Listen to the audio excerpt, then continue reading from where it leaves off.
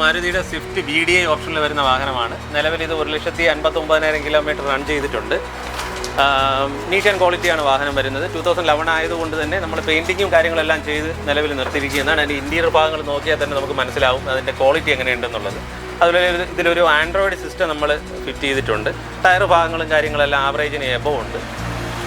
നമുക്ക് ടെസ്റ്റിന് വേറെ ഫീസും നമുക്ക് ടാക്സും മാത്രമേ തന്നെ ആവത്തുള്ളൂ. കാരണം പെയിൻറ്റിങ്ങും കാര്യങ്ങളൊന്നും ചെയ്യേണ്ട കാര്യമില്ല. അടുത്ത വർഷം നെക്സ്റ്റ് ഇയർ നമുക്ക് ടെസ്റ്റ് ചെയ്യുന്ന സമയത്ത് നമുക്ക് ഡീസൽ ആയതുകൊണ്ട് തന്നെ നല്ല രീതിയിലുള്ള മൈലേജ് നമുക്ക് ഇതിൽ ലഭിക്കുന്നതാണ്.